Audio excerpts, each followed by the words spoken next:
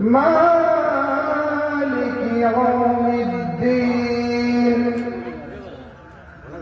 إياك نعبد وإياك نستعين اهدنا الصراط المستقيم صراط الذين أنعمت عليهم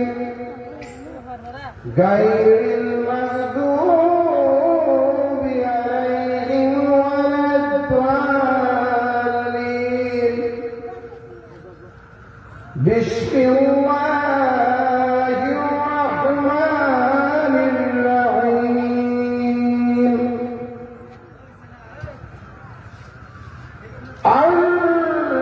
الرحمن علم القرآن خلق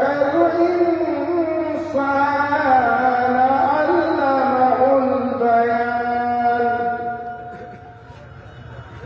الشمس والقمر بحسبان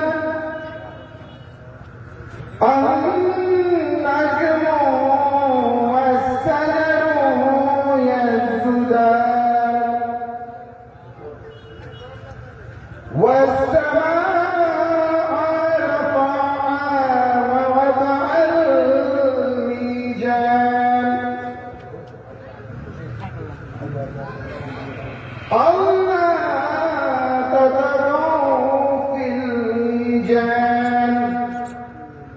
وأقيموا الوزن